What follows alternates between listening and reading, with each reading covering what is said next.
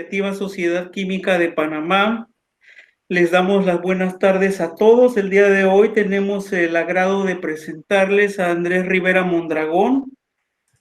Bueno, para agilizar las cosas, él tiene una maestría en biotecnología que obtuvo por la Universidad de Panamá y el trabajo experimental lo realizó en Indicasada IP. Además, también realizó una estancia doctoral en Bélgica. Me imagino que parte de este trabajo lo realizó allá y él, dentro de este trabajo y otros trabajos relacionados, ha obtenido una gran cantidad de publicaciones que le permitieron obtener el premio o la medalla Mahavir Gupta durante el Congreso de APANAC del 2021 que recién terminó. Así es que sin más, les dejamos con ustedes a Andrés Mondragón. Hola, buenas tardes. ¿Me escuchan, verdad? Hola. Sí, se escucha bien. Ok, excelente. Bueno, muchas gracias por la invitación. Muchas gracias por la presentación, ¿verdad? Sí, en el día de hoy voy a presentarle un trabajo o parte del trabajo que realicé durante mi estancia doctoral en Bélgica. Esta presentación va a estar dividida en dos partes, como podremos observar más adelante. El título de esta presentación, entonces, es Caracterización fitoquímica y estudios de biotransformación gastrointestinal simulada del extracto de hojas de Cecropia obtusifolia. Antes de empezar, entonces, quiero presentarles la agenda del día de hoy. Primero vamos a ver unos breves antecedentes en relación al tema, los objetivos de esta investigación. Luego veremos las metodologías, los resultados más importantes, las conclusiones y perspectivas futuras.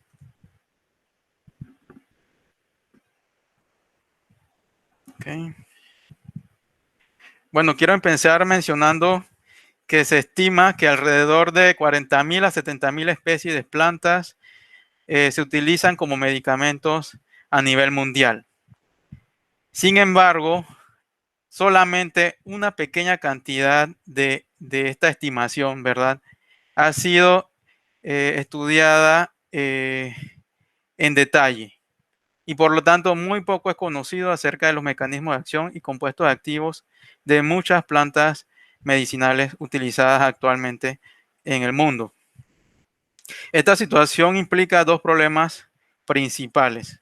Uno, que no existe suficiente evidencia científica para validar el uso de muchas plantas medicinales.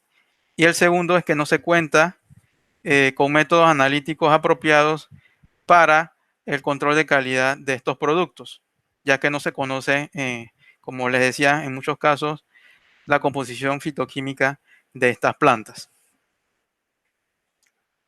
Quisiera también mencionar algunas características de los productos herbarios. Su uso es empírico en la medicina tradicional. Tiene un amplio rango de usos terapéuticos, ¿verdad? La percepción generalizada de que estos productos son muy seguros, pero no siempre es así. Existe una gran aceptación de la población. Según la Organización Mundial de la Salud, alrededor del 70 al 80% de la población ha utilizado por lo menos una vez un producto de origen herbario para el tratamiento de alguna dolencia o de alguna enfermedad. Además, representan una proporción significativa del mercado global de los medicamentos. Se considera o se estima, ¿verdad?, que en el 2050 constituirá alrededor de 5 trillones de dólares americanos.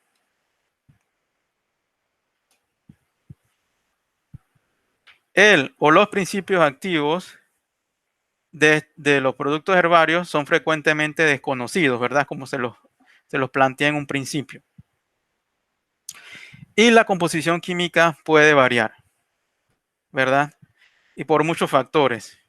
No es lo mismo el desarrollo o el cultivo, perdón, de una planta medicinal en Panamá en comparación con la misma planta que crece en un país europeo, por ejemplo, Inclusive dentro de América también podríamos ver diferentes composición química dependiendo de los climas, del suelo, ¿verdad? Las horas del sol, entre otras. También la estandarización y control de calidad de estos productos, si bien es cierto, es factible, no es una tarea muy sencilla. Puede ser muy complicada. Ahora, entrando un poco más en detalle con la especie, el género de la planta que es objeto de esta investigación, vamos a hablar un poco de ella, ¿verdad? El género Cecropia. Este género está constituido, o hasta el momento se han descrito 61 especies. Este género pertenece a la familia Urticacea, ¿verdad? Y se encuentra distribuida en América, perdón, desde México hasta Sudamérica, incluyendo Centroamérica, por supuesto, Panamá, y también las islas del Caribe. Estas especies también han sido introducidas en algunos países tropicales en el continente asiático, pero son originarias de América. Ok. Entre los usos tradicionales de las especies del género Cecropia, ¿verdad? Que olvidaba mencionar, es muy importante, que se conoce popularmente como guarumo, ¿verdad? Ahora creo que ahora mencionándole este nombre común, quizá ahora se reconozcan más fácilmente esta planta, ¿verdad? Que es conocida como guarumo. Entonces el guarumo se utiliza tradicionalmente, ¿verdad? Para el tratamiento de diversas dolencias, diversas enfermedades, tales como la diabetes, para el tratamiento de hipertensión, también para el tratamiento de la inflamación. Inclusive hay reportes en donde se utiliza también para el tratamiento de la malaria, especialmente en Brasil. También es muy importante mencionar, cabe la ocasión para mencionar que podemos encontrar productos comerciales en el mercado que son derivados de las hojas de distintas especies del género Cecropia. Por ejemplo, aquí les muestro tres nada más, como por ejemplo, un producto que contiene Cecropia obtusifolia, que pues es producido en México. Tenemos aquí también otro producto conocido como Embauba, de Cecropia peltata, es producida en Perú. También tenemos otro producto que contiene hojas también secas de Cecropia ololeuca, producida en Brasil. Y la forma tradicional como se consume, ¿verdad? Este producto es a través de una infusión, ¿verdad? De las hojas secas. Y normalmente se consume, pues, para el tratamiento de estas dolencias 3 veces al día. Una taza 3 veces al día. Ok. En esta investigación se incluyeron varias especies colectadas en Panamá. Les mencionaba que se han descrito 61 especies en total. En Panamá hay alrededor de poco más de 10. Son 12 o 13 especies que tenemos en Panamá. Para entonces realizar esta investigación nos enfocamos en 6 especies. Cecropia obtusifolia, Cecropia peltata, Cecropia insignis, Cecropia hispidísima, Cecropia angustifolia y Cecropia telenítida. Okay, de todas estas, no existe reportes etnofarmacológicos del uso de Cecropia hispidísima, al menos de las hojas no hay reporte, ni tampoco de Cecropia angustifolia. Y de Cecropia telenítida sí encontramos reportes, pero del uso de la raíz de esta planta, más no de las hojas. Okay. Seguimos adelante. También quiero aprovechar esta oportunidad para para conversar o comentar un poco acerca de por qué es importante enfocarse en el estudio de la biotransformación intestinal. El proceso de biotransformación, quisiera, antes de dar la explicación, quisiera comentar qué es la biotransformación gastrointestinal. Antes se conocía como metabolismo gastrointestinal, pero recientemente se ha decidido cambiar el término porque el metabolismo está dirigido, es un término dirigido enfocado hacia nutrientes o alimentos. Pero en este caso, como estamos hablando de productos naturales que probablemente tienen un uso terapéutico, entonces el término más correcto es la biotransformación gastrointestinal. ¿Ok?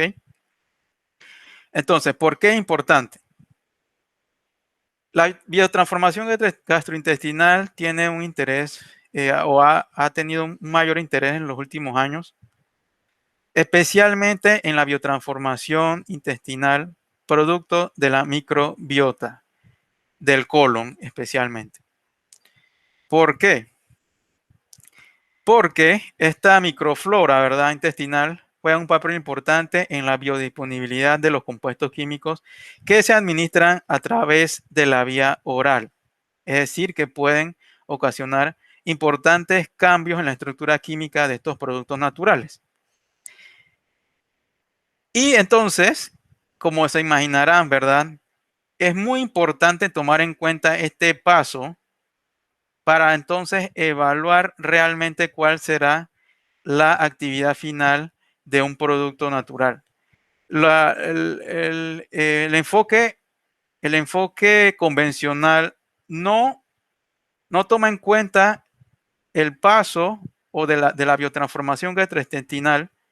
Quiere decir que no toma en cuenta los posibles cambios en la estructura química de estos compuestos y por lo tanto podría entonces no ser el enfoque más adecuado, ya que al ser administrado por la vía oral realmente no va a alcanzar o no necesariamente va a alcanzar la diana farmacológica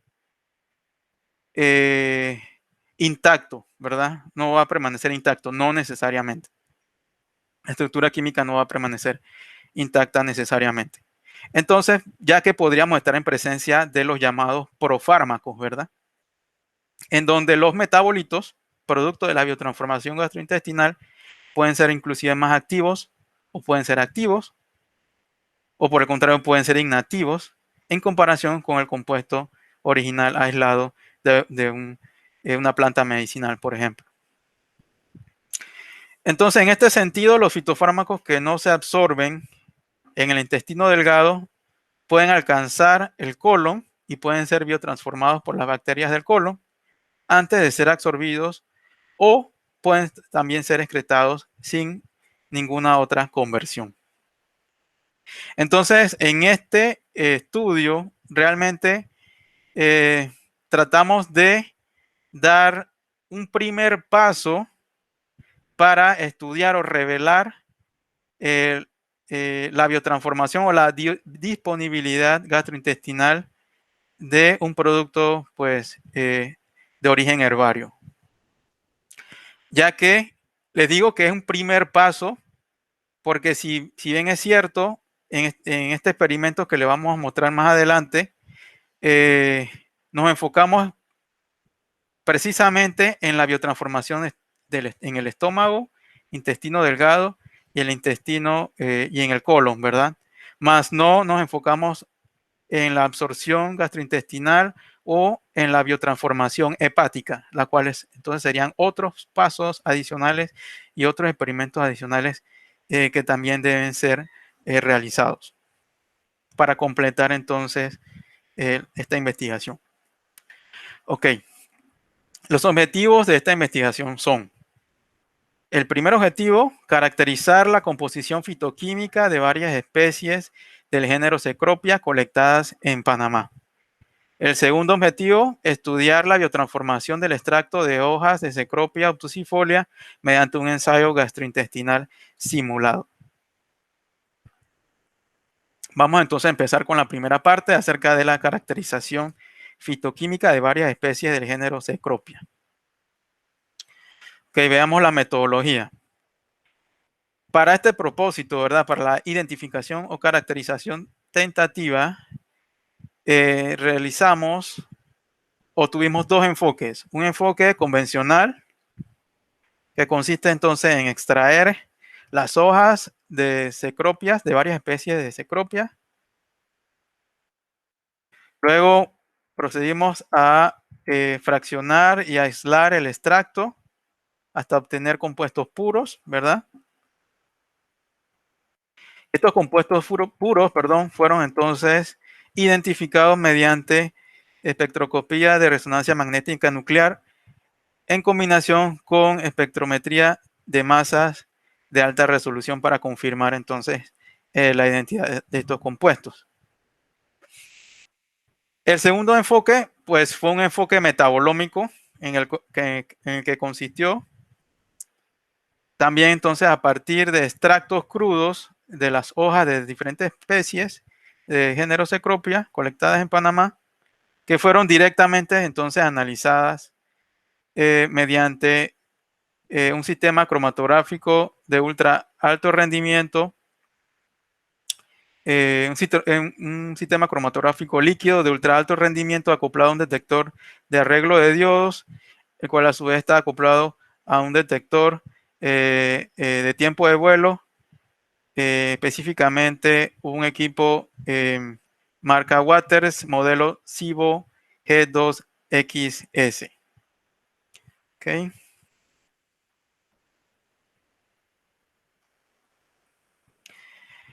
Entonces, ambos enfoques fueron combinados para obtener pues un listado de los distintos compuestos identificados.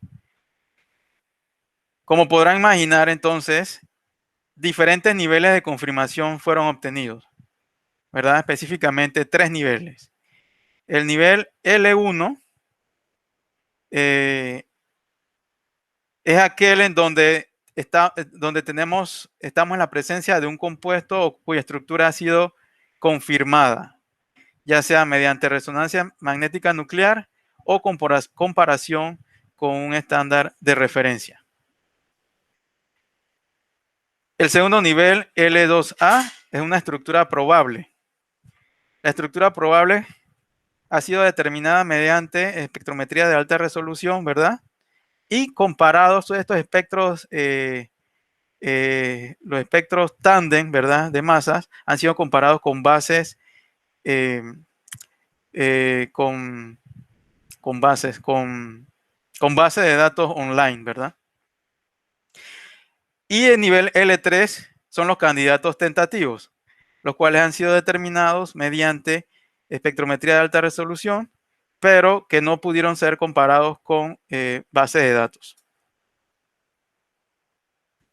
Ok, entonces, como resultado, logramos determinar, identificar y caracterizar en total 47 compuestos, ¿verdad? Diferentes niveles, como pueden observar, ¿verdad?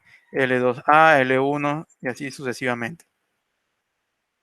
En donde L1 han sido los compuestos cuya estructura han sido determinada o confirmada por resonancia magnética nuclear o mediante comparación con estándares de referencia. ¿Ok? Entonces quisiera mostrarles entonces los diferentes, un ejemplo o varios ejemplos de los distintos grupos de compuestos que logramos identificar. Entre ellos, 2 ácidos fenólicos fueron identificados. Uno de ellos es el ácido clorogénico. También determinamos flavonoides, 33 flavonoides. Realmente los flavonoides son los compuestos mayoritarios en el extracto de hojas de las plantas de este género. En donde quiero resaltar 2 grupos principales de flavonoides. Los oglicósidos, en donde los azúcares que están enlazados a la glicona, ¿verdad? Lo hacen a través de enlaces o glicósidos, ¿verdad? como en el caso de la rutina, por ejemplo. También tenemos el segundo grupo, que son los C-glicósidos, en donde, como su nombre lo indica, ¿verdad? Los azúcares, en este caso, están enlazados a la glicona mediante un enlace C-glicósido, ¿verdad? Carbono-carbono. En este grupo también incluí diglicósidos, en donde al menos un azúcar tiene un enlace C-glicósido, ¿verdad?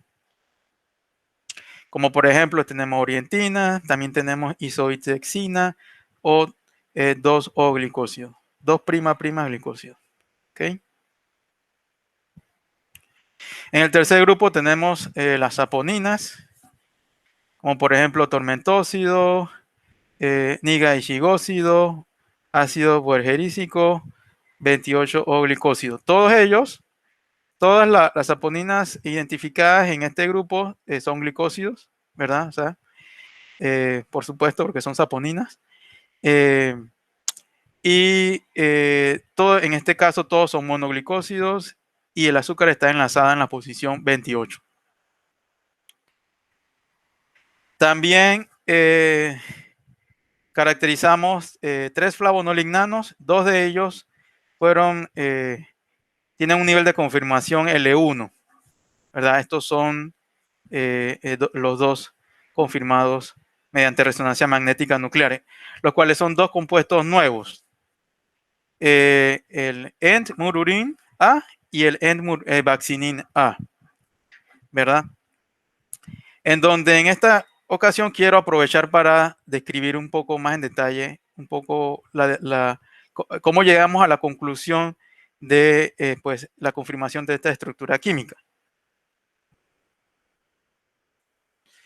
Antes de eso, también les quería mencionar que la actividad antiplasmódica de estos dos compuestos fue determinada también en esta investigación. Y ahora vamos a ver un poco, vamos a hablar un poco acerca de esto también. Ok. En esta diapositiva quiero mencionarles que la interpretación de los espectros de resonancia magnética nuclear de protón y carbono, así como también los espectros bidimensionales, tales como COSY, HMBC y HCQC, sugirieron que este compuesto, ¿verdad?, era muy similar a mururin A, ¿verdad? A este compuesto que estoy mencionando aquí, a mururin A. Es muy similar. Este compuesto, mururin A, fue aislado por primera vez de la corteza de Brosimum acutifolium, conocido comúnmente como murare, ¿verdad? Una planta medicinal tradicionalmente utilizada en Brasil, que tiene efectos antiinflamatorios y antirreumáticos. Ahora, como les decía, la interpretación de estos espectros, específicamente el espectro de carbono, demostró la presencia de 2 unidades. Una unidad, vamos a enfocarnos en la región de color negro, ¿verdad? Una unidad C6, C3, C6, ¿verdad? La cual es una estructura característica de los flavonoides, ¿verdad? En este caso específicamente muy similar al de catequina. Y por otro lado también tenemos otra unidad C6, C3, la cual es característica de ácidos fenólicos derivados del ácido cinámico. En este caso particular es una estructura muy similar a el ácido cafeico. Entonces, en esta diapositiva les presento algunos grupos característicos, ¿verdad?, de esta estructura química, como son los sistemas aromáticos, los protones y carbonos, bueno, en este caso uno solo, un carbono y protón oleofínico. También tenemos un grupo metileno, Y por último, dos grupos metinos, ¿verdad? En la posición 2 y 3. Y es importante, es muy importante entonces señalar también que la constante de acoplamiento, ¿verdad? De los protones ubicados en la posición 2 y 3 es relativamente elevada, ¿verdad? Eso significa que estos protones se encuentran en posición trans y no en posición cis. Y eso ha sido determinado previamente en cuando se elucidó la estructura química de la catequina, ¿verdad? Seguimos. Entonces, como les mencionaba, estamos en presencia de una estructura química que al principio pensábamos que era mururina A. Es decir, los experimentos eh, de resonancia magnética nuclear, ¿verdad? Indicaban que estábamos en presencia de mururin A. Sin embargo,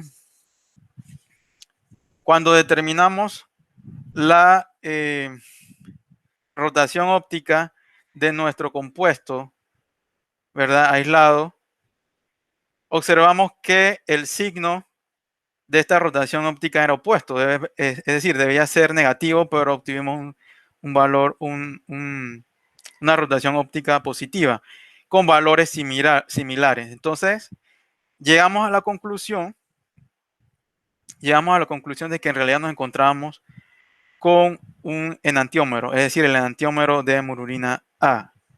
Por lo tanto, entonces decidimos asignarle el nombre Ent-mururin A. Y esto es así porque los únicos dos centros quirales de esta molécula se encuentran ubicados en la posición 2 y 3.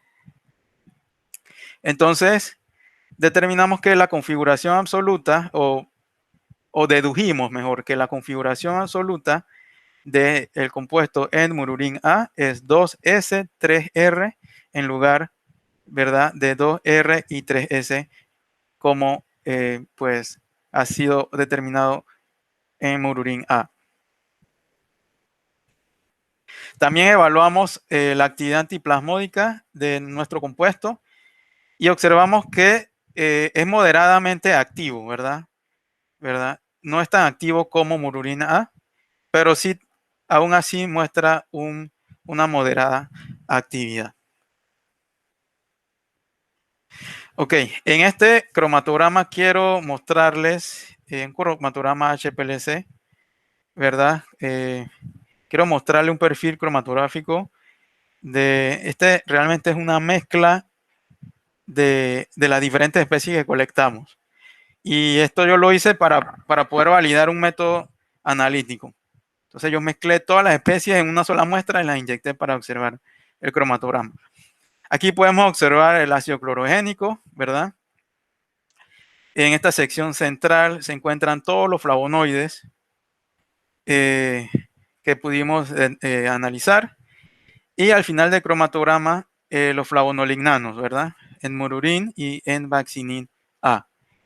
Los flavonolignanos fueron detectados a 390 nanómetros y el resto de los metabolitos a 340 nanómetros. Ok, entonces, ahora sí vamos a evaluar un poco, a mostrarles un poco de la evaluación o de la comparación de la composición química desde el punto de vista cuantitativo de las diferentes especies que estudiamos, que fueron colectadas y estudiamos, ¿verdad?, en esta investigación. Como pueden ver, tenemos CO significa Cecropia obtusifolia. En este caso, Cecropia obtusifolia posee dos morfotipos, ¿verdad? Por eso lo hemos identificado como M1 y M2. También tenemos especies de Cecropia peltata, Cecropia insignis, Cecropia hispidísima, Cecropia angustifolia y Cecropia telenítida. Entonces, lo más llamativo en esta diapositiva es que la concentración de flavonoides o glicósidos en la especie Cecropia hispidísima pues, es bastante elevada en comparación con el resto de las especies, ¿verdad? Y por el contrario, la concentración de flavonoides C-glicósidos en Cecropia hispidísima es bastante baja en comparación con el resto de las otras especies. Ese es el primer punto. Y recordemos que Cecropia hispidísima no hay reportes de uso en la medicina tradicional. Entonces quizás eso está relacionado con su uso tradicional o no. Otro punto a destacar es que la concentración de los distintos grupos de metabolitos en Cecropia telenítida pues es notablemente baja en comparación con el resto de las especies. O sea que la riqueza química de las hojas de Cecropia telenítida es muy escasa, es muy pobre, ¿verdad? Ahora vamos a ver una posible hipótesis de esta explicación. Ahora, para llevar esta comparación a otro nivel, realizamos un análisis estadístico multivariante. Específicamente, un análisis no supervisado llamado análisis de componentes principales o PCA. Entonces aquí tenemos dos gráficas. A mano izquierda tenemos el score plot y a mano derecha tenemos el loading plot. Vamos a ver qué información nos da el score plot. En el score plot podemos ver que pues este análisis de PCA nos ha separado las diferentes especies en tres grupos, ¿verdad? Notablemente tenemos a Cecropia hispidísima totalmente aparte del resto de las especies, ¿verdad?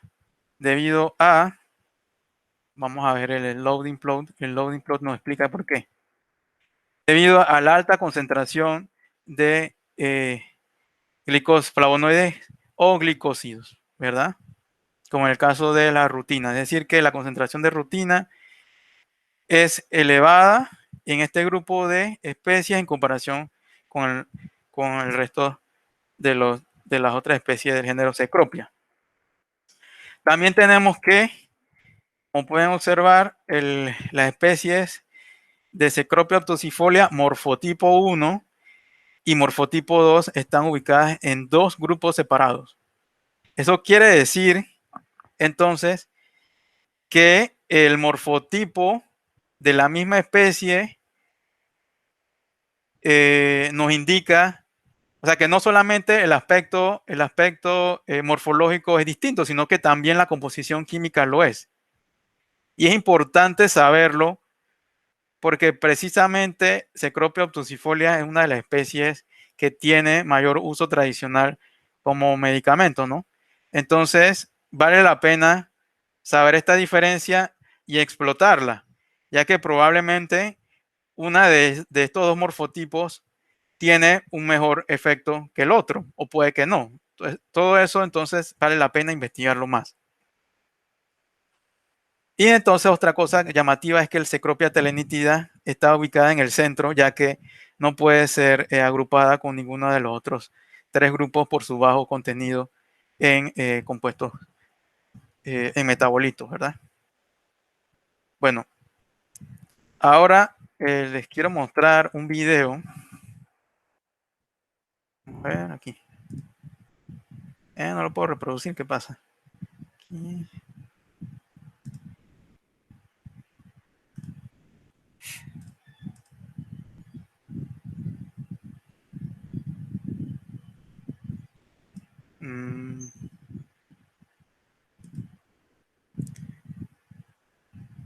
Ok, creo que tengo que quitar el puntero. Ok. Con este video les quiero mostrar que el 80% de las especies del género Cecropia son mimercófitas. Eso significa que estas plantas tienen una asociación o una relación mutualista con hormigas, generalmente hormigas del género azteca. En esta relación mutualista, las especies o los guarumos proveen de alimento a las hormigas, no solo alimento, sino también de espacio donde vivir. Y las hormigas a cambio las protegen de herbívoros, por ejemplo. O sea que la función de las hormigas es proteger la integridad de estas plantas. Entonces, como les decía, el 80% de la especie de plantas del género Cecropia tienen esta relación mutualista, pero no todas. En el caso de Cecropia telenítida, de las cuales he hablado varias veces, esta especie carece de cuerpos mullerianos, ¿verdad? Los cuerpos mullerianos son estas estructuras alimenticias, ¿verdad? Que son alimentos de las hormigas.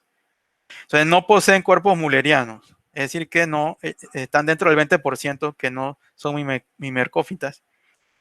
Y quizás nosotros hemos hipotetizado que quizás debido a esto, el contenido químico de estas plantas o que hay una relación entre la ausencia de cuerpos mullerianos y la baja concentración de compuestos químicos. Es una hipótesis la cual, por supuesto, debe ser entonces corroborada con más estudios relacionados. Inclusive incluir otras especies que no sean mimercófitas. Ok, entonces ahora podemos pasar a la segunda parte de esta presentación acerca del ensayo gastrointestinal simulado. Vamos a ver la metodología del flujo de trabajo.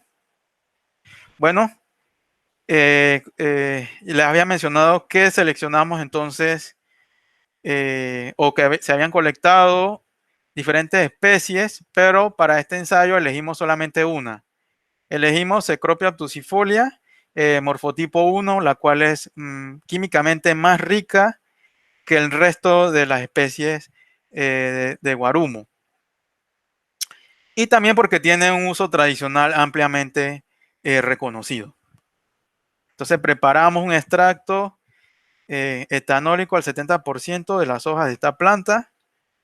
El extracto crudo, entonces fue objeto de este ensayo gastrointestinal simulado, del cual hablaremos un poquito más en detalle más adelante. Las muestras tomadas a partir de este ensayo fueron analizadas mediante un sistema cromatográfico líquido de ultra alto rendimiento acoplado a un detector de arreglo de diodos y también un detector de espectrometría de masas. Luego, los datos crudos, ¿verdad?, generados en este sistema cromatográfico fueron analizados mediante un flujo de trabajo automatizado, el cual fue diseñado en la plataforma R, ¿verdad? Ya que, pues, el análisis de los datos no es fácil realizarlo manualmente. Entonces, por eso recurrimos pues, a un colaborador que nos ayudó a desarrollar un flujo de trabajo que nos ayudó a facilitarnos pues, la interpretación de los datos. Y por último, entonces, tenemos el análisis de los datos una vez para culminar el flujo de trabajo. Ok, hablemos un poco acerca del modelo gastrointestinal in vitro. En este modelo de biotransformación gastrointestinal, como pueden observar en la diapositiva, pues constaba de 3 fases, ¿verdad? En la simulación del estómago, en la simulación del intestino delgado y de la biotransformación colónica. Bueno, para este ensayo se incluyeron las muestras en triplicado, ¿verdad? Las muestras en triplicado. También se incluyó un control negativo, el cual contenía el extracto crudo, pero no contenía las enzimas y demás reactivos involucrados en cada fase del modelo gastrointestinal. También contábamos con un blanco. El blanco, al contrario del control negativo, sí contiene todas las enzimas y demás reactivos de cada fase del modelo, pero no contiene el extracto crudo. Y también incluimos 2 controles positivos. Los controles positivos contienen entonces, en este primer caso, ácido clorogénico, o sea, un compuesto utilizamos un estándar de referencia que compramos, ¿verdad? Y también utilizamos quercetina como control positivo, es decir, incluimos un ácido fenólico y también incluimos un flavonoide. Ok, entonces este ensayo es un ensayo longitudinal, ¿verdad? Que se va realizando a través del tiempo, es un ensayo continuo, es decir, que pasamos de una fase y continuamos con la misma muestra, ¿verdad? Hacia las siguientes fases subsecuentes. En cada fase se simuló, pues, eh, las condiciones usuales, ¿verdad? Por ejemplo, en el estómago, el pH de 2.0, se le agregó pepsina, ¿verdad? En la fase del intestino delgado, el pH también se ajustó a 7.5, se utilizó pancreatina bilis, y en la fase colónica utilizamos una suspensión fecal para simular la microflora colónica, ¿verdad? Esta suspensión fecal fue preparada a partir de las heces de 3 donadores sanos, ¿verdad? Y este experimento fue llevado a cabo en una cámara anaeróbica en donde la concentración de oxígeno era menor al 5% para simular, ¿verdad?, el ambiente anaeróbico en el colon. La fase colónica tuvo una duración de 48 horas. Ahí está la muestra de ese de los donadores. Quería mostrarle una fotografía de la cámara anaeróbica en donde se realizaba el ensayo, pues, de la fase colónica. Y también le quería mostrar una fotografía del interior de la cámara. Aquí están las muestras que están siendo agitadas mientras transcurre el tiempo, ¿verdad?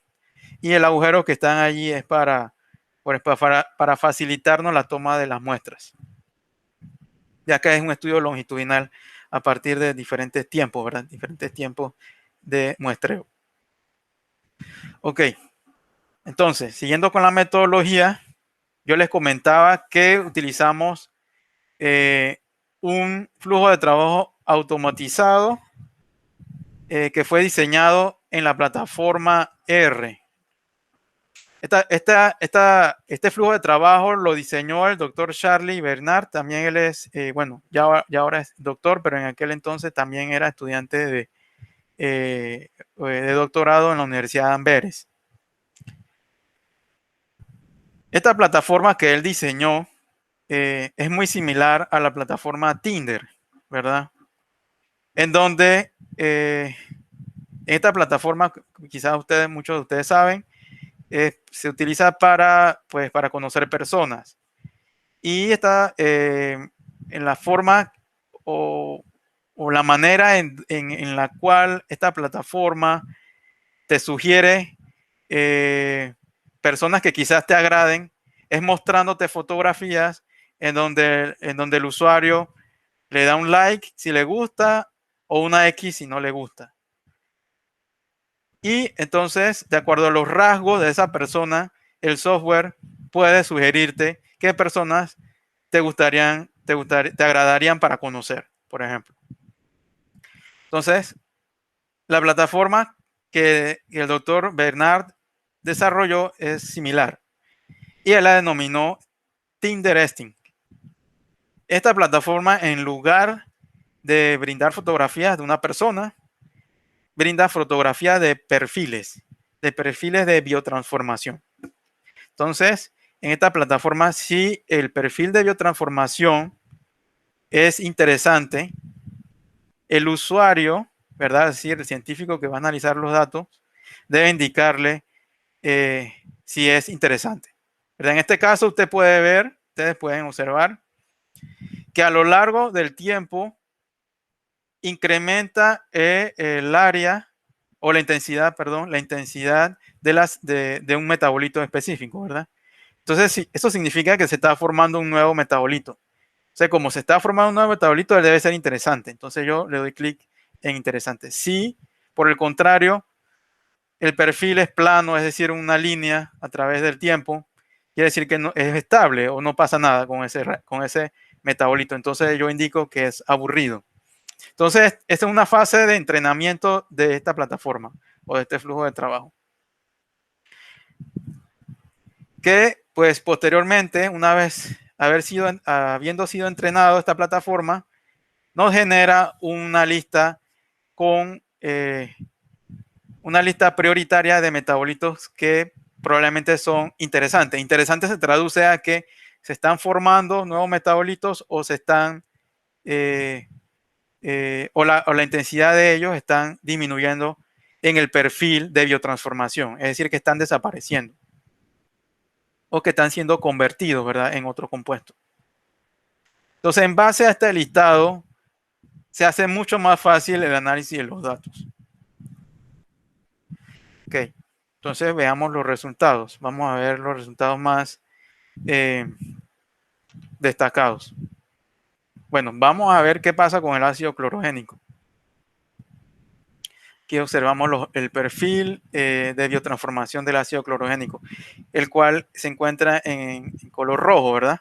Como pueden observar, desapareció casi por completo después de 18 horas. Entonces, sin embargo, podemos observar que en la línea verde, que es el blanco, permanece pues en cero porque en el blanco no existe presencia de ácido clorogénico. Y por otro lado tenemos el control negativo, en el cual pues la concentración de ácido clorogénico permaneció estable, quiere decir que la descomposición o conversión de ácido clorogénico es debido al ensayo y no a que simplemente es inestable. Ok, entonces, como primer paso de biotransformación del ácido clorogénico, pudimos observar la hidrólisis de este compuesto en ácido cafeico y en ácido quínico. Posteriormente, el ácido cafeico fue convertido a ácido dihidrocafeico y aparte también este metabolito también presentó otros dos productos de biotransformación. El ácido 3-hidroxifenil propiónico y el ácido 3,4-hidroxifenil propiónico. Okay. También tenemos en el caso de las saponinas, solamente observamos una reacción de biotransformación que fue la hidrólisis del azúcar, ¿verdad? Para obtener solamente, en el caso del tormentóxido, el ácido torméntico. Y no se observó ningún otro producto de biotransformación. Lo que quiere decir que este compuesto, ¿verdad?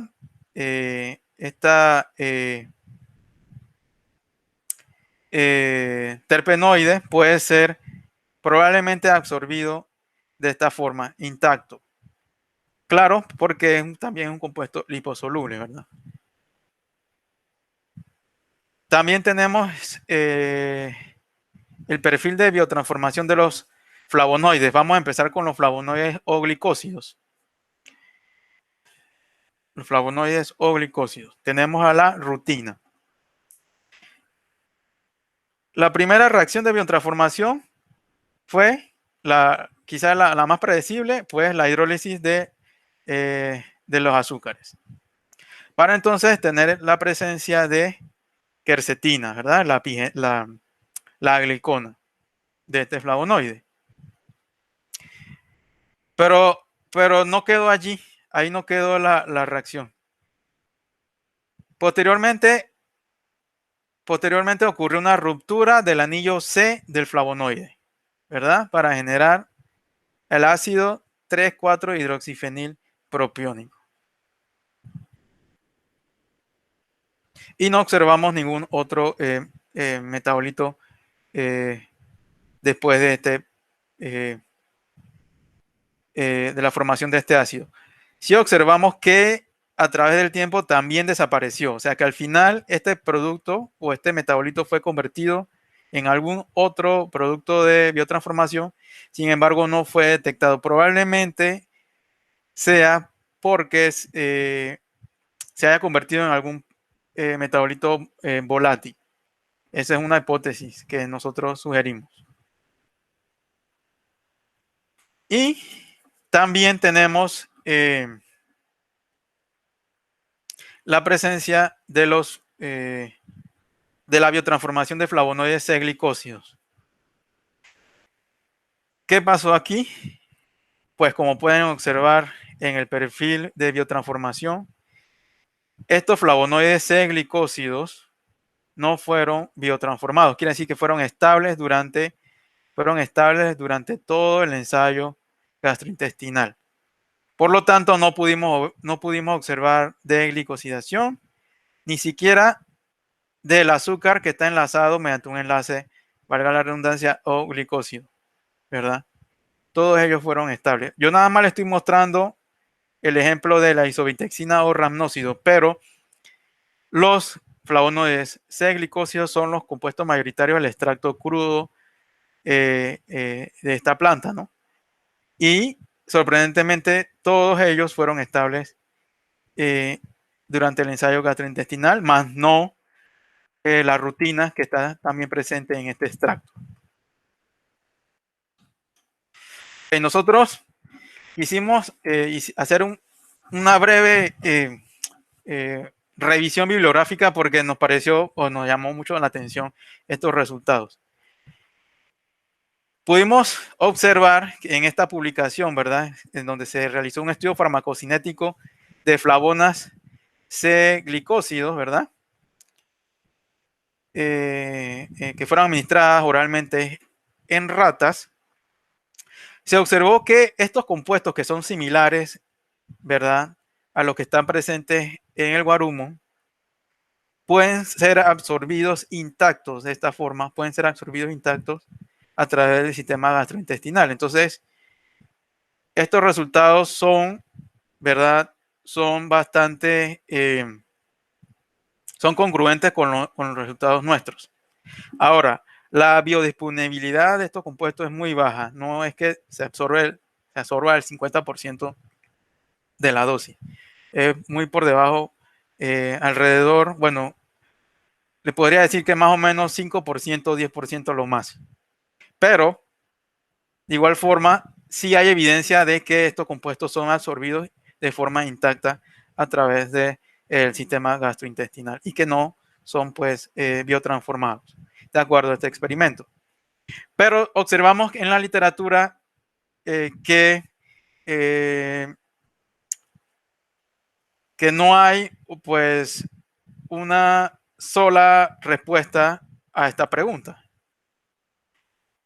Encontramos también en la literatura, en este caso, el estudio de la deglicosilación de isoflavonas C-glicósidas por una bacteria humana aislada del intestino, ¿verdad?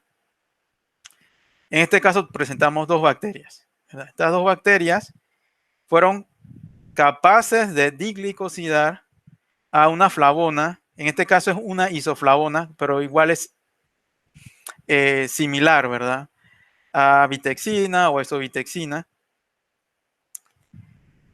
Podemos observar que sí es capaz de glicosidar este tipo de estructura química, pero en el caso de la vitexina no, ¿verdad? No fue capaz. Las mismas bacterias no fueron capaces de glicosidar la vitexina. Seguimos entonces revisando la literatura para complicar un poco más la historia. Encontramos que otra bacteria, Enterococcus fecalis, en un estudio similar al anterior, observamos lo contrario. No era capaz de glicosilar puerarín, pero sí era capaz de glicosilar a vitexina. Entonces, toda esta evidencia sugiere que pareciese que, aparte de que estos enlaces carbono, claro que son más difíciles o son más estables, son más difíciles de romper. Aparte de eso, parece que pues las bacterias que metabolizan estos compuestos requieren de enzimas específicas para poder llevar a cabo esta hidrólisis. No es el caso con los oglicósidos. Aquí no le he presentado esta revisión bibliográfica, pero con los glicósidos, flavonoides oglicósidos, siempre se observa la deglicosilación. O sea, no pareciese que fuese tan difícil o que requiriera una enzima tan específica. Ok, entonces con esto terminaría, ya estaría casi terminada la presentación. Quisiera dar mis conclusiones. El estudio de la biotransformación del extracto crudo, el cual es rico en flavonoides de hojas de Cecropia tucifolia, fue evaluado en un modelo gastrointestinal por primera vez. El uso de un flujo de trabajo automatizado facilitó el procesamiento e interpretación de los resultados obtenidos en los experimentos de biotransformación.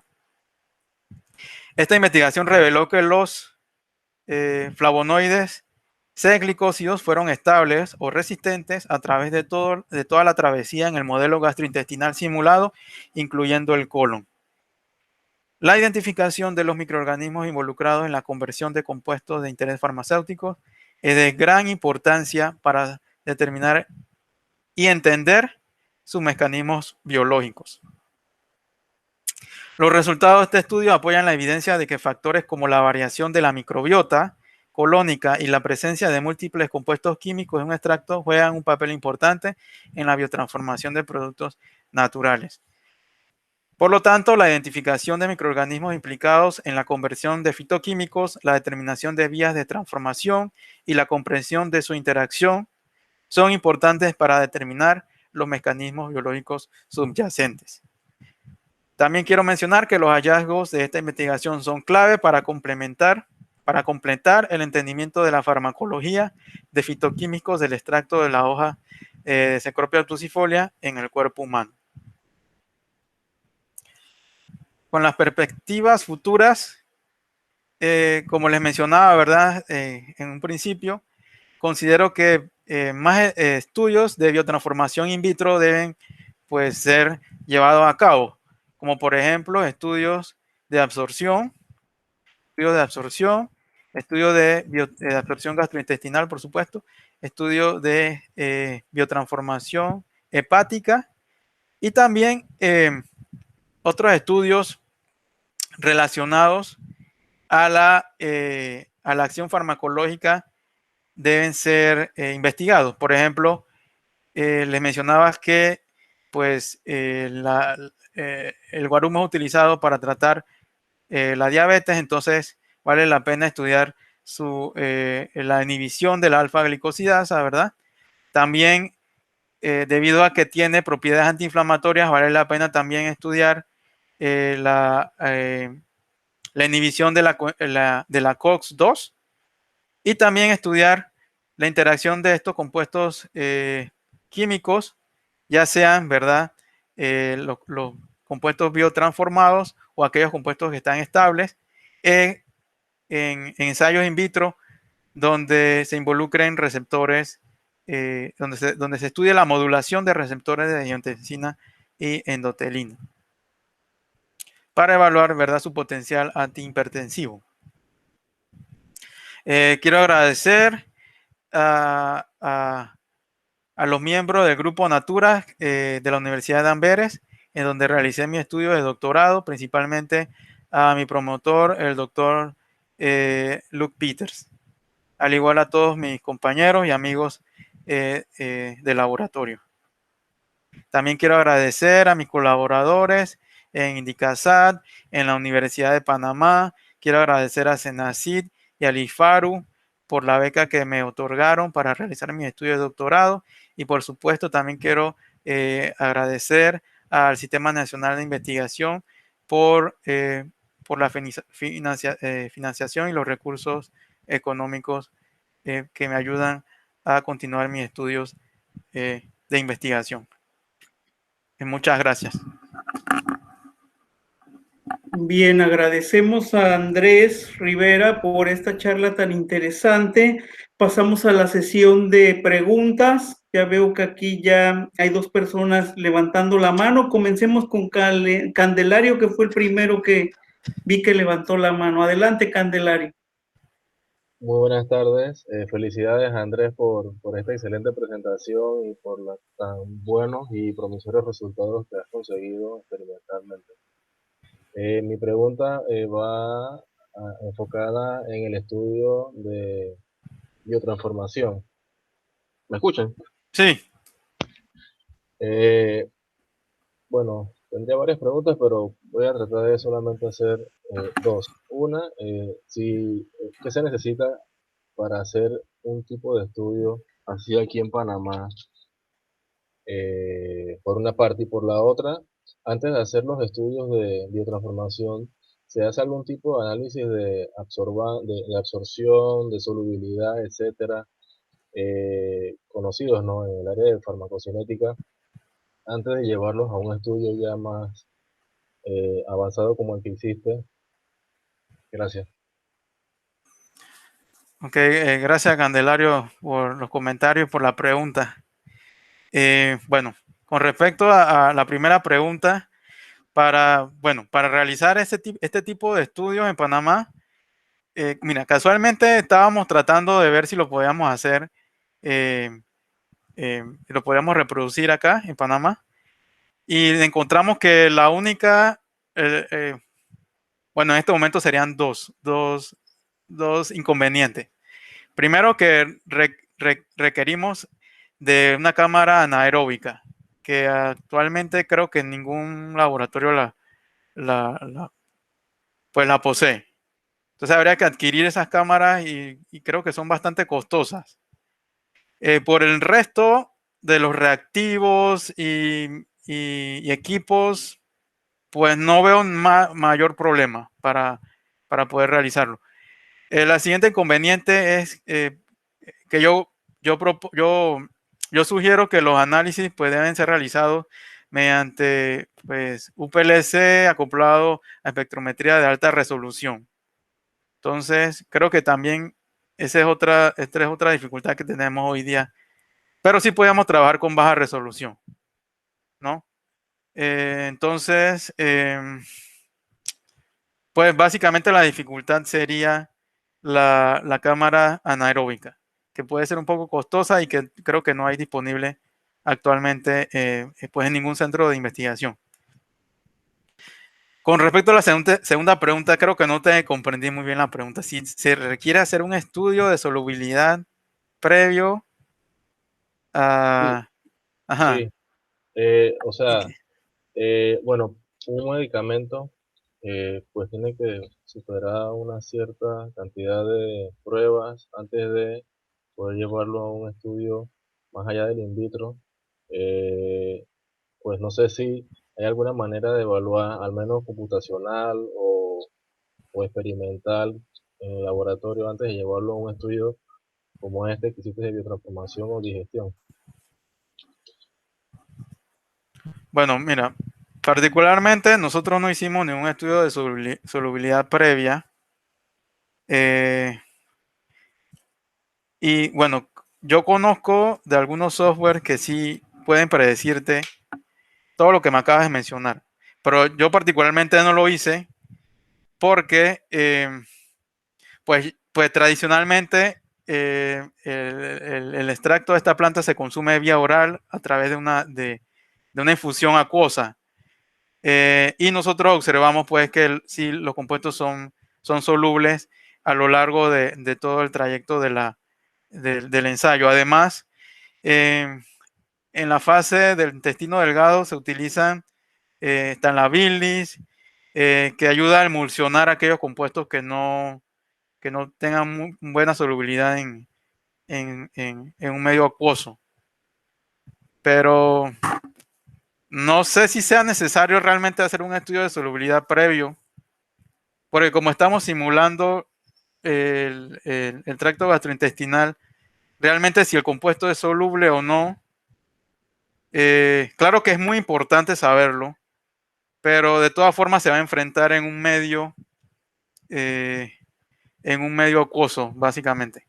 Y como te decía, en el intestino delgado, la solubilidad debería incrementarse positivamente por la bilis.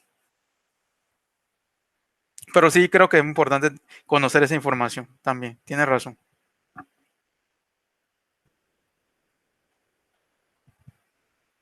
Ahora, Cristian Martin. Hola Andrés, mira, me sumo a las felicitaciones de Candelario.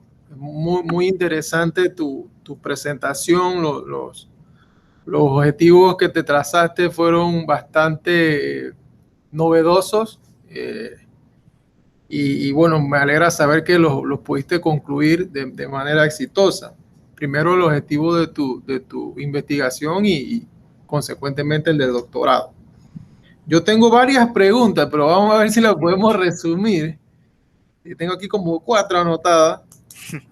Me pareció muy, muy novedosa la parte de la simulación del tracto gastrointestinal. Sin embargo, yo quisiera saber si en algún momento consideraron hacer una secuenciación genética de las bacterias de los donantes que proporcionaron, valga la redundancia, las muestras de heces. Porque hay estudios que reportan la biotransformación de compuestos en el tracto gastrointestinal. Básicamente, pues hay reportes publicados que las bacterias pueden conjugar los ácidos biliares, que no es solamente a través de reacciones fisiológicas.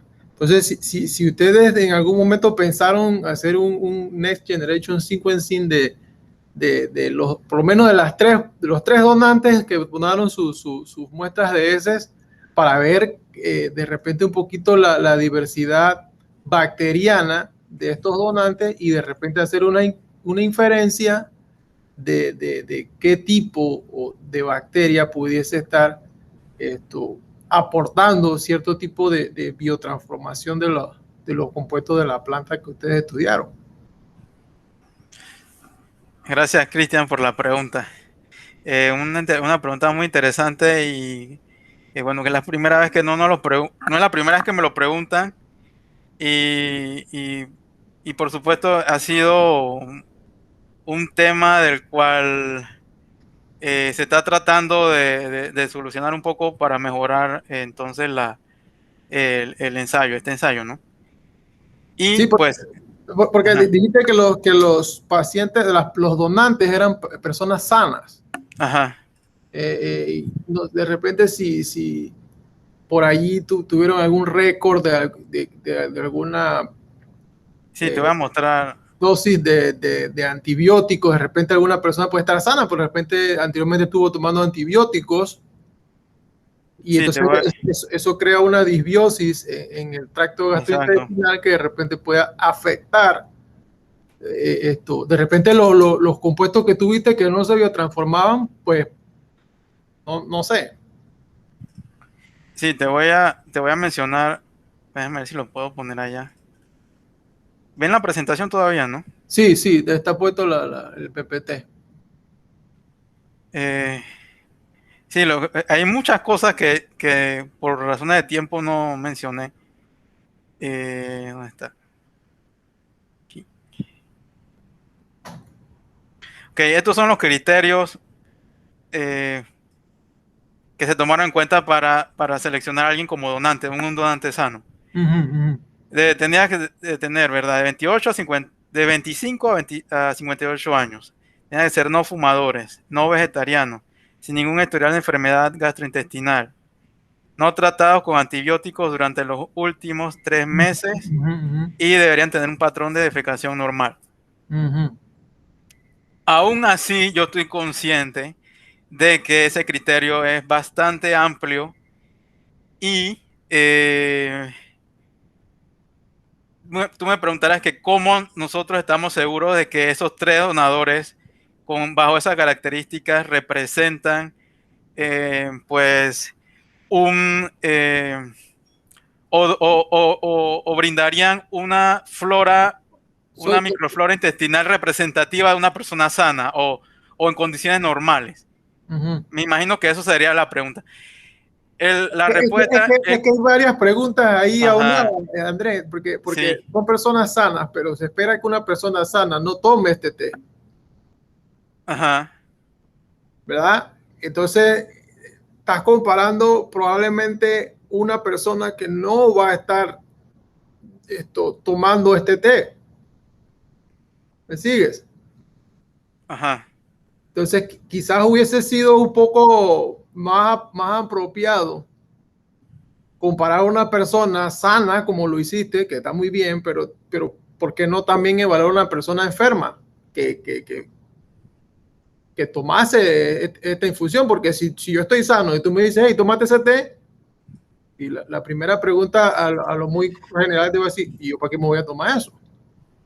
Sí, pero mira, lo que pasa es que el objetivo de esta investigación no era ese.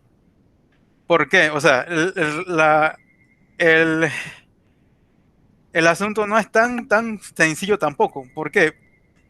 Porque inclusive la flora gastrointestinal o intestinal de una persona puede cambiar de una semana a otra, dependiendo de sus hábitos. Entonces, lo más importante en este momento era tener o hacer un primer paso para evaluar qué es lo que está pasando. Pero realmente si yo tomaba las muestras de esos donadores 5 meses después, por ejemplo, quizás el perfil de biotransformación hubiese sido distinto.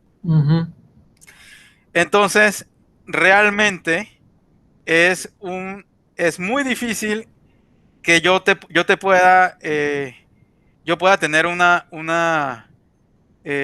muestra o un ensayo que sea representativo para toda la población. Para eso tendría que utilizar muestras con diferentes enterotipos, ¿verdad? Porque hay diferentes enterotipos y ya tenerlos, entonces, caracterizados. Bueno, el análisis gastrointestinal, de acuerdo al enterotipo tal, obtuve estos resultados. Con el siguiente enterotipo obtuve este resultado. Ahora, entonces, el siguiente paso, para mí lo lógico sería identificar cuáles son las bacterias que están allí y cuáles enzimas necesarias para degradar ciertos compuestos específicos. Sí, Entonces, exacto.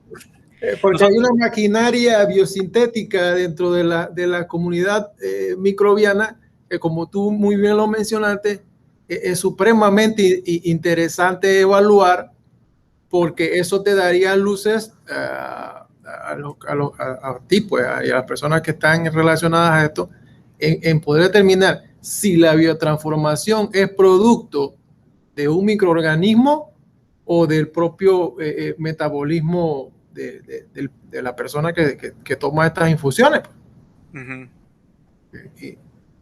sí, en realidad nosotros estamos conscientes, digo nosotros porque también No, es que es muy interesante. Pues, cuando es yo te que digo, anoté varias preguntas porque esto me resultó muy sumamente interesante. Y bueno, por acá también tengo otra que anoté. Si el tiempo me permite hacer una pregunta más, doctor. Pero quería terminar de responderte tu primera pregunta. Sí, disculpa, que es que uno está bastante. Aquí yo tengo, bueno, así, de una forma así muy general, cuáles son las familias y filos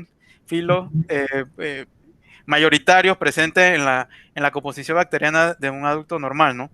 Entonces, aquí tengo que vamos a ver si lo pronuncio bien, la Nosiraceae y la Ruminococcacea son las mayoritarias, ¿no? Las familias mayoritarias.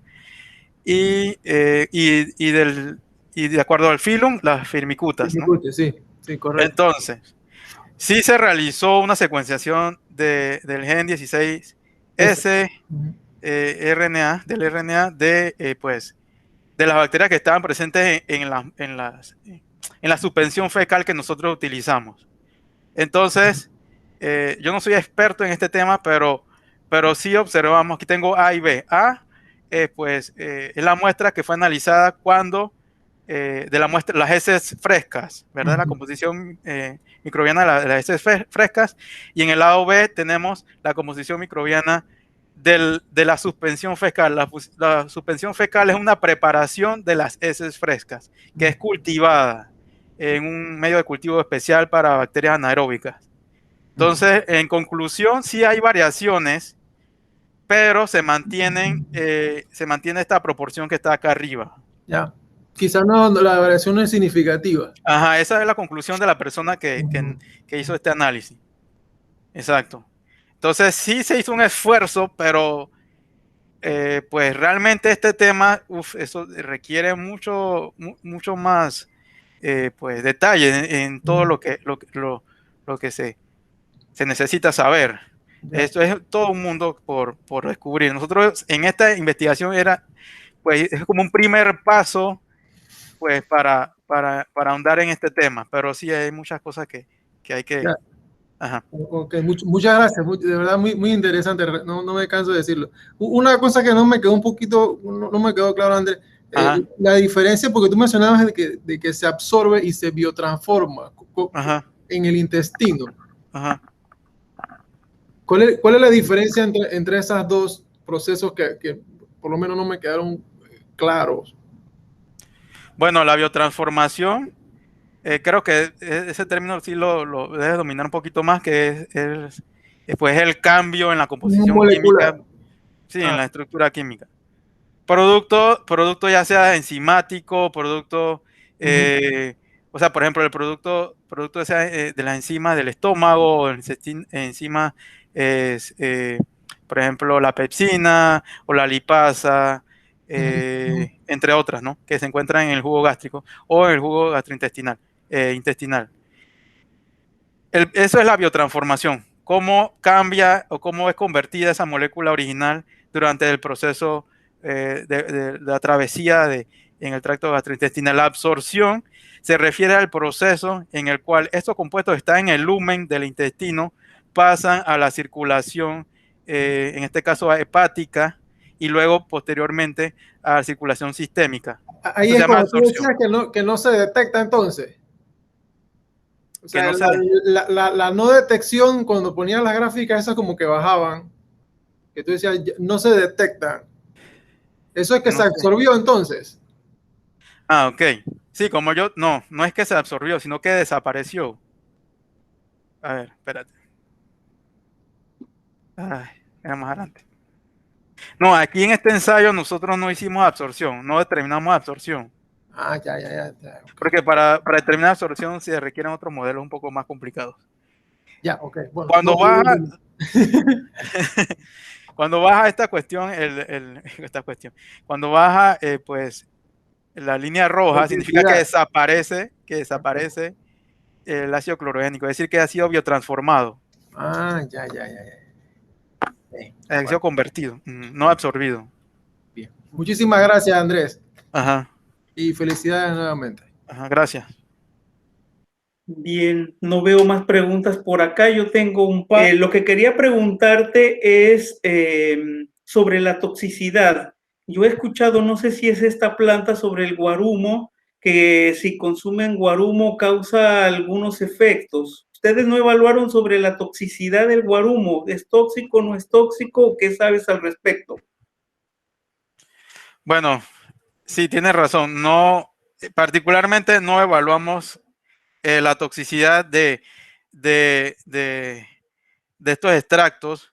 Sin embargo, como les decía, pues, y como se acepta también, por ejemplo, en países europeos, debido a su uso tradicional, es decir, que las personas la han utilizado, tienen una trayectoria, y además hay productos comerciales en el mercado, pues se acepta como un producto que puede ser consumido por seres humanos. Lo de su toxicidad también lo he escuchado, pero no lo he visto reportado no he visto este tipo de toxicidad en artículo científico. He escuchado también que hay personas que lo consumen como producen cigarros a partir de las hojas, pero es distinto porque a través de la ignición de estos componentes quizás se produce algún compuesto que tiene alguna actividad, por ejemplo, psicoactiva o o algo similar. Eso es lo que he escuchado pues en mis abuelos, mis tíos me lo han mencionado, pero no lo he visto, ¿verdad?, reportado en ningún artículo científico. Lo que yo hice en el laboratorio fue tratar de determinar la presencia de alcaloides y pues yo no los pude detectar. No pude detectar utilizando pruebas sencillas de colorimétricas. Quizás están en muy bajas concentraciones o, como les decía, que al momento de quemar el cigarro se produce algún compuesto que tenga alguna actividad estimulante, por ejemplo. Ujú. Y también otra pregunta, escuché que se consume en forma de té Ajá. esta planta, las hojas de esta planta.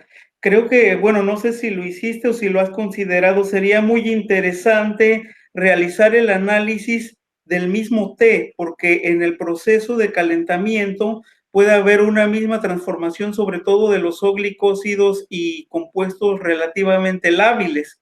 Entonces, probablemente cuando tú los administres, estos compuestos ya van transformados y quizás sería interesante porque esa es la forma en que las personas están consumiendo y están recibiendo esos compuestos.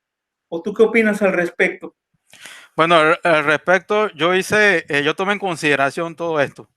El extracto que preparé, que en este caso no es acuoso 100%, es etanol, o sea, el 70%, fue un extracto que yo optimicé, o sea, es decir, que yo quería obtener la mayor cantidad de metabolitos posibles eh, eh, mediante la extracción, ¿no? Entonces, también utilicé altas temperaturas para simular pues la preparación de la infusión, y yo noté que estos compuestos son estables a estas temperaturas. Yo lo comparé con una infusión acuosa y realmente, obviamente en el extracto etanólico puede obtener mayor rendimiento que con un extracto acuoso, pero sí observé que ambos perfiles cromatográficos eran similares y no observaba pues degradación, al menos de los flavonoides, ni ácido clorogénico, ni de los flavonolignanos,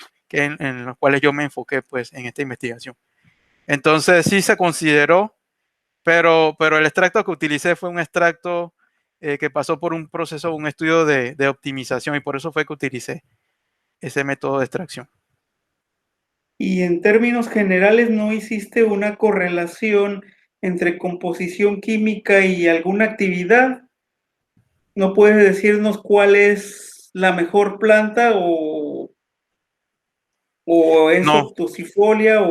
Porque eso sería interesante, ¿no? También porque la gente ve un árbol y me imagino que estas especies son muy parecidas y pueden consumir uno porque ya mostraste que hay una diferencia muy grande en cuanto a la composición metabólica. En el análisis de PCA quedaron varios grupos distribuidos de diferente manera. Es de esperarse que también la actividad biológica sea muy diferente en sí. esos grupos.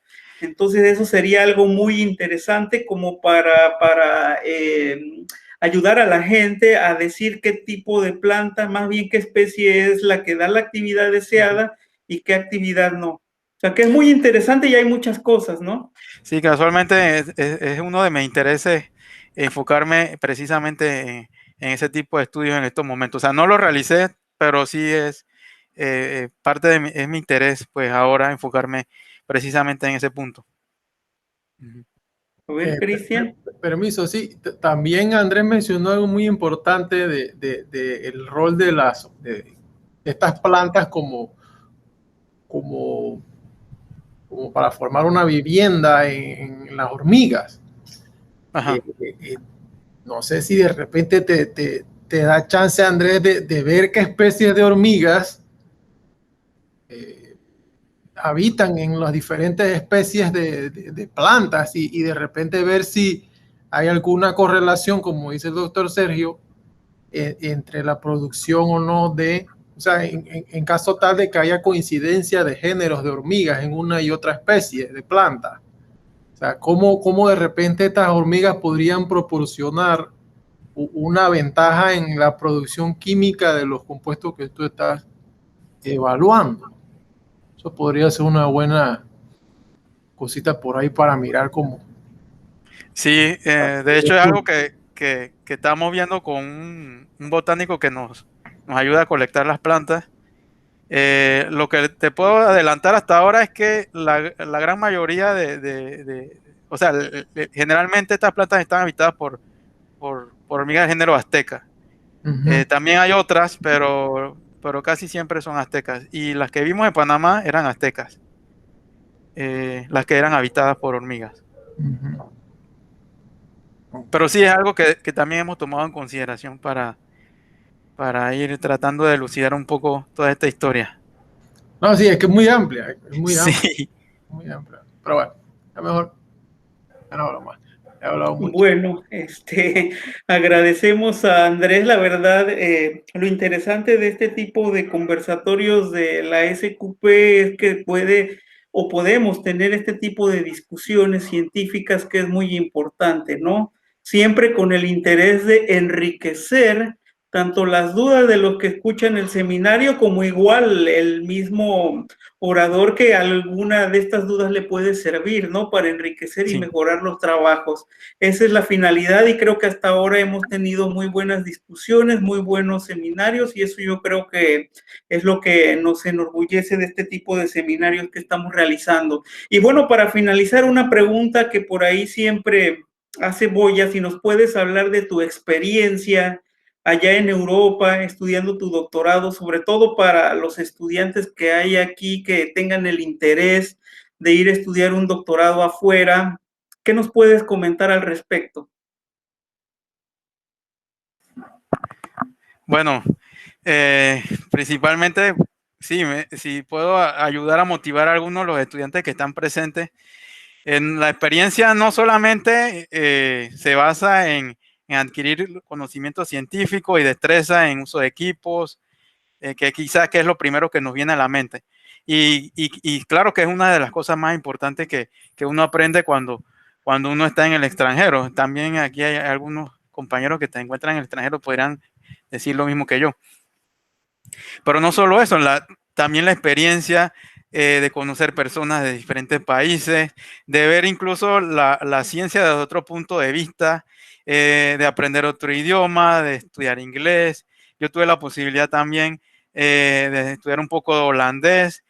También no estudié francés, pero vivía en un medio donde también se hablaba francés. Entonces, es una experiencia enriquecedora en todos los aspectos que uno se puede imaginar. También no solo estuve en Bélgica, también pude hacer estancias de investigación en Chile, en Grecia, viajé a otros países como Austria, España, Holanda, Alemania. Y bueno, siempre tuve la opción de conocer a personas con las cuales hacer conexiones, con las cuales hoy día incluso colaboro. Entonces, realmente es una experiencia enriquecedora, no solamente por el aspecto científico, sino también personal y por las redes que uno pues, puede desarrollar y crecer, ¿no? Como científico. Bueno, sin más te agradecemos, Andrés. Muchas gracias por la presentación. También muchas gracias a todos los asistentes y los esperamos en los próximos seminarios de la SQP. Que tengan buena tarde. Saludos, Bueno, gracias. muchas gracias. Hasta luego.